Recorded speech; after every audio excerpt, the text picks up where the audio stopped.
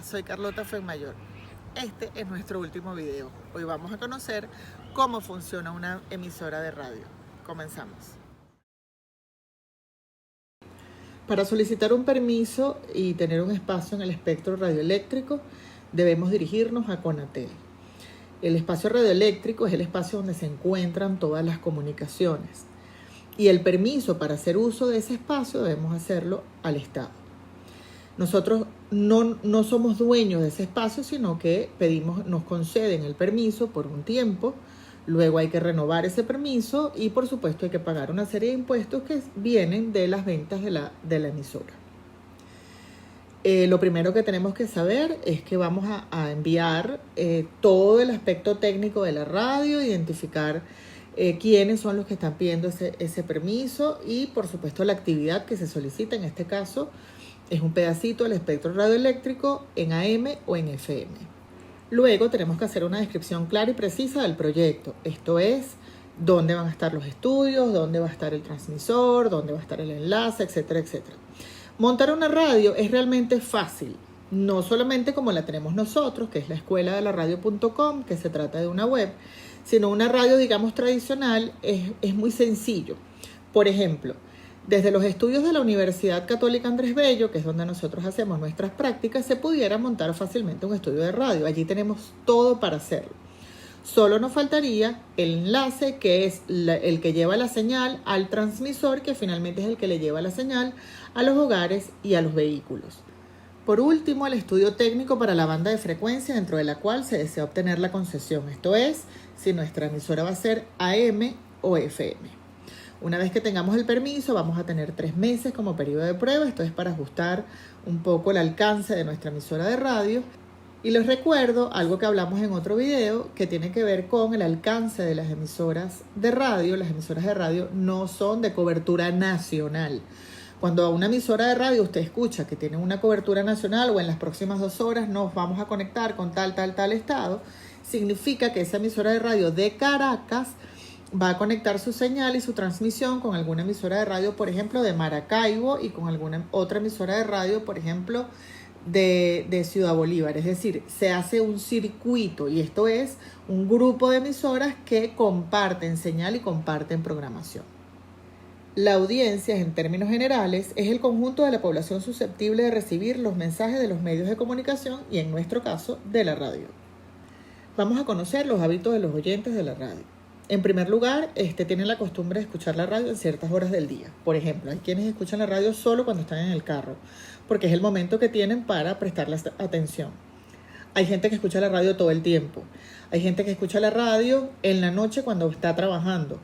Hay trabajos que son nocturnos y en consecuencia su única compañía pudieran ser aquellas emisoras de radio que ofrecen programación a esa hora. Es decir, no todos escuchan la radio a la misma hora, pero sí es cierto, y eso lo vamos a ver cuando hablemos del rating y de las ventas, sí es cierto que los horarios prime de la radio son las horas pico del tráfico, es decir, en la mañana y en la tarde. Son los mejores horarios de la radio. Sin embargo, al mediodía también es un buen horario para aquellas personas que tienen la posibilidad de ir a casa a almorzar o de buscar a los niños al colegio.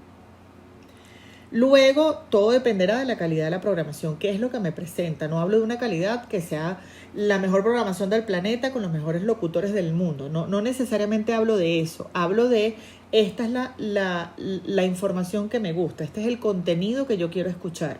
Entonces, la gente generalmente es fiel a las emisoras de radio. Es decir, si una emisora de radio ofrece el contenido que me gusta, difícilmente voy a hacer zapping, como hablamos en televisión. Difícilmente voy a buscar el contenido de otras emisoras. Seré fiel a esa y quizás alguna otra más que ofrezca un contenido parecido a esta que me gusta tanto.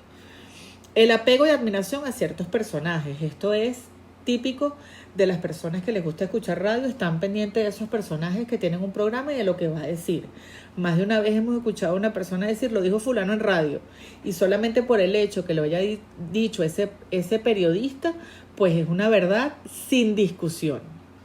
Por otro lado, está la búsqueda de información al momento que ocurren los hechos. Sabemos que yo esto también lo he comentado en otros videos, que la radio ofrece la posibilidad de ir narrando los hechos al momento o las noticias al momento en que están ocurriendo, por la sencillez de la comunicación, es decir, con un teléfono me voy al sitio que está ocurriendo la noticia y allí voy contando lo que estoy viendo y lo que estoy percibiendo, incluso tengo la posibilidad de hacer la entrevista a los protagonistas. Entonces mucha gente va a la radio a escuchar esto, a recibir esa información al momento. Y además la radio, porque también ustedes me dirán, bueno, pero las redes sociales también pudieran contar la noticia al momento que está ocurriendo y a veces hasta más rápido que la radio.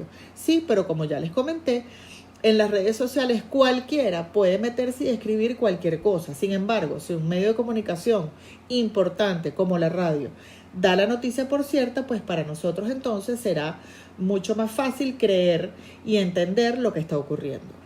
Y por último, lo que les he dicho un montón de veces y por lo que yo amo tanto la radio, la magia de las palabras.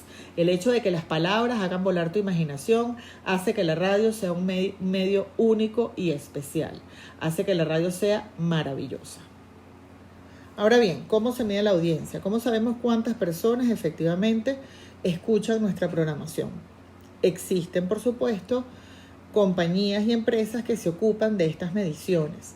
La radio debe pagar una suscripción, digamos, a estos servicios y estas empresas se ocupan de conocer cuál es el rating, en qué lugar se posiciona la emisora.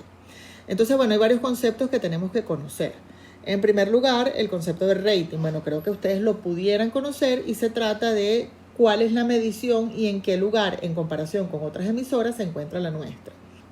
Hay algo importante que tenemos que tomar en cuenta en este punto. Como la radio cada vez se segmenta más, es decir, hay radios especializadas en deporte, en música de cierto estilo, en cierto contenido, nosotros no podemos pretender que esas emisoras tan especializadas estén de primeras en el rating. Me explico. Si nosotros tenemos una emisora deportiva, por ejemplo, y hay 4, 5, 6 emisoras deportivas más, nosotros no vamos a pretender que vamos a estar de número 1 en el rating porque toda la población no va a escuchar deporte.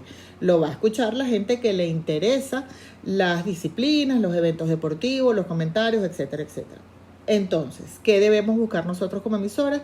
Ser la primera en deporte. Es decir, si nuestra emisora está de número 7, pero de resto, o sea, las otras emisoras están de 8, de 10, de 14, pues nosotros seremos la primera emisora deportiva de Caracas, por ejemplo. Eso lo que significa es que a la hora de vender nuestros espacios, nosotros le vamos a llevar esa comparación a los posibles clientes y les vamos a mostrar que nuestra programación es la preferida en ese grupo de la población que quiere escuchar deporte. El tiempo efectivo en sintonía se refiere a no solamente el gusto por esa emisora. Me gusta la emisora deportiva. No solamente a eso es a lo que se refiere, sino también cuántas horas del día efectivamente yo la estoy escuchando. La audiencia potencial es la parte de la población susceptible de recibir el mensaje. Es decir, porque tengan los medios para escuchar la radio, es decir, que tengan un aparato de radio, que esté en la zona de cobertura y que sea, por supuesto, susceptible de eso. Es decir, que tenga el interés de escuchar radio. No necesariamente que nos escuchen, ojo, es distinto este concepto. Es que tenga todos los elementos para que nos pueda escuchar.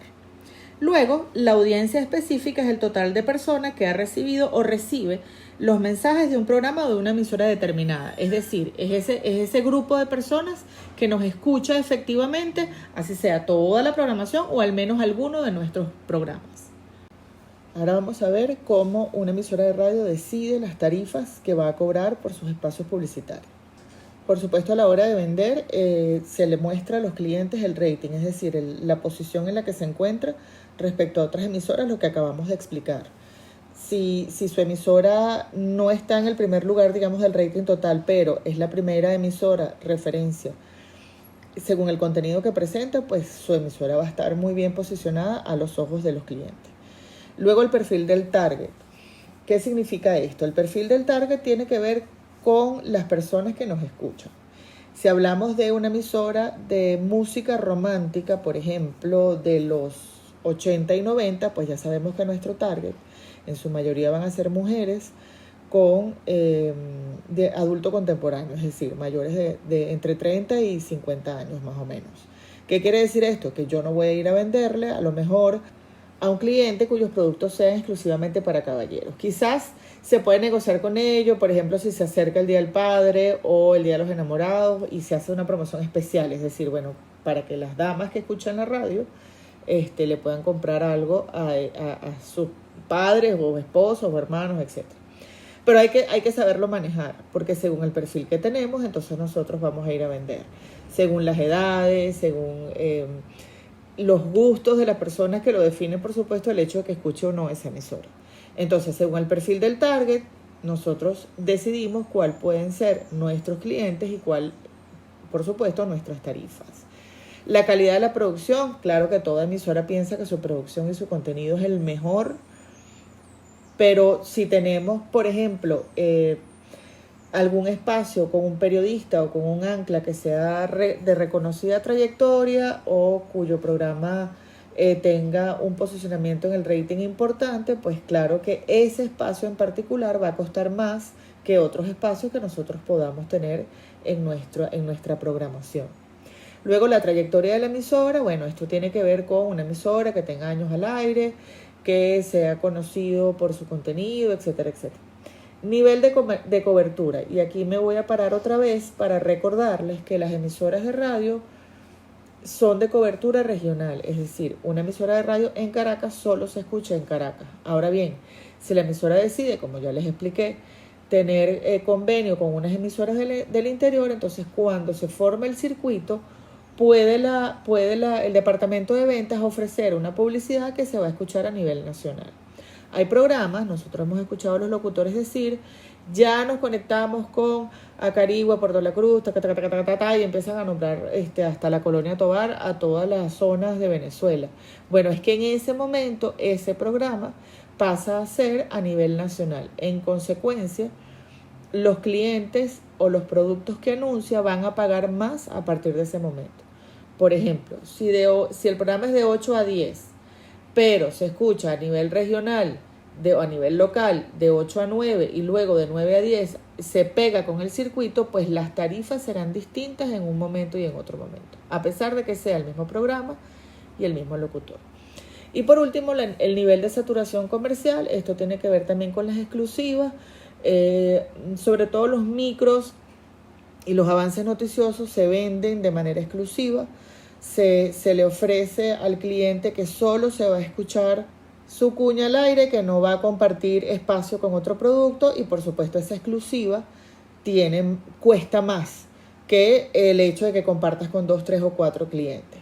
Es decir, si por ejemplo un micro se presenta a nombre de Coca-Cola, pues Coca-Cola pagará más por ese espacio que si se presenta a nombre de Coca-Cola,